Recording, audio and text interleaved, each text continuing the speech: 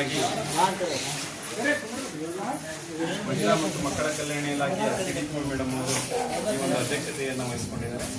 ಅವರಿಗೆ ತುಂಬ ಹೃದಯದ ಸ್ವಾಗತವನ್ನು ಕೋರ್ತೇನೆ. ಹಾಗೆ ನಮ್ಮ ಗ್ರಾಮದ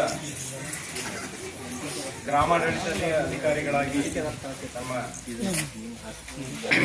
ದೇವಸ್ಥಾನ ಬಂದಿದ್ದಾರೆ. ಅವ್ರಿಗೂ ಕೂಡ ನಾವು ಒಂದು ಸ್ವಾಗತವನ್ನು ಕೋರ್ತೇವೆ. ಹಾಗೂ ನಮ್ಮ ಪೊಲೀಸ್ ಇಲಾಖೆಯ ಲೀಡ್ ಅಧಿಕಾರಿಗಳಾದಂಥ ರಮೇಶ್ ಅವರು ಚನ್ನಬಸಪ್ಪ ಬಂದಿದ್ದಾರೆ. ಅವ್ರಿಗೂ ಕೂಡ ತುಂಬ ಹೃದಯದ ಸ್ವಾಗತವನ್ನು ಕೊಡ್ತೀವಿ. ಹಾಗೂ ಆರೋಗ್ಯ ಇಲಾಖೆಯಿಂದ ಬಂದಿದ್ದಾರೆ ಮತ್ತು ನಮ್ಮ ಅರಣ್ಯ ಇಲಾಖೆಯಿಂದ ಬಂದಿದ್ದಾರೆ ಮತ್ತು ಕೃಷಿ ಇಲಾಖೆ ತೋಟಗಾರಿಕೆ ಇಲಾಖೆಯಿಂದ ಮತ್ತು ಆರೋಗ್ಯ ಇಲಾಖೆಯಿಂದ PSO ಎಲ್ಲರಿಗೂ ಕೂಡ ಈ ಒಂದು ಗ್ರಾಮ ಸಭೆಗೆ ಸ್ವಾಗತವನ್ನು ಕೊಡ್ತಾ ನಮ್ಮ ಒಂದು ಗ್ರಾಮ ಸಭೆಯ ಕಾರ್ಯಸೂಚಿಯನ್ನು ಕಾರ್ಯದರ್ಶಿಗಳಿಗೆ ಬರ್ತಾ ಇದ್ದೀರಿ, ರೆಕಾರ್ಡ್ ಮಾಡ್ತಾ ಇದ್ದೀವಿ. ಕಾರ್ಯಸೂಚಿಗಳನ್ನ ಓದಿದೆ.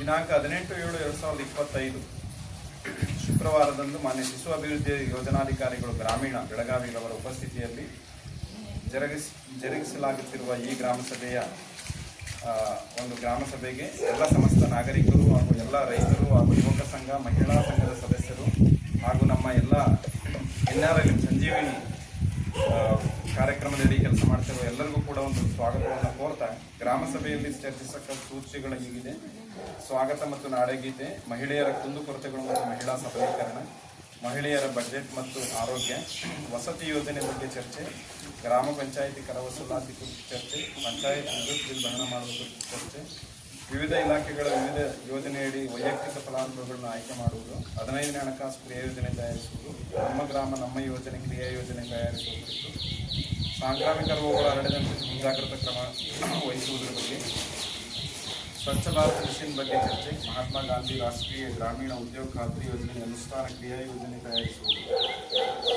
ಶೇಕಡ 25 SCP ಮತ್ತು STP ಒಕ್ಕೂಟಗಳ ಅನುದಾನ ಬಳಕೆ ಕುರಿತು ಚರ್ಚೆ, ವಿಕಲಚೇತನರಿಗಾಗಿ ಮೀಸಲಿರುವ ಸಹಿತ ಅನುದಾನ ಬಳಕೆಯ ಬಗ್ಗೆ ಚರ್ಚೆ. ಅಧ್ಯಕ್ಷನ ಅಪ್ಪಣೆ ಮೇರೆಗೆ ಬಂದ ಈ ವಿಷಯಗಳಲ್ಲಿ ನಮ್ಮ ಮಾರಿಯಾಳ ಪೊಲೀಸ್ ಠಾಣೆಯಿಂದ ಇವತ್ತು ಪ್ರತಿ ಹಳ್ಳಿಯಲ್ಲೂ ಸೂಕ್ಷ್ಮ ಮತಗಟ್ಟೆಗಳು ಸೂಕ್ಷ್ಮತೆ ಹೆಚ್ಚಾಗಿರೋದ್ರಿಂದ ಮತ್ತು ಒಂದು ಕ್ರೈಮ್ ರೇಟ್ಗಳು ಹೆಚ್ಚಾಗ್ತಾ ಇರೋದ್ರಿಂದ ಮುಖ್ಯ ಬೀದಿಗಳಲ್ಲಿ, ಮುಖ್ಯ ಸರ್ಕಲ್ಗಳಲ್ಲಿ ವಿಡಿಯೋಗ್ರಫಿ ಆಗುವಂತಹ 30 ದಿನಗಳ ಕಾಲ ವಿಡಿಯೋ ಏನು ಕ್ಯಾಮ್ರಾ ಸಿಸ್ಟಮ್ ಬಂದಿವೆ.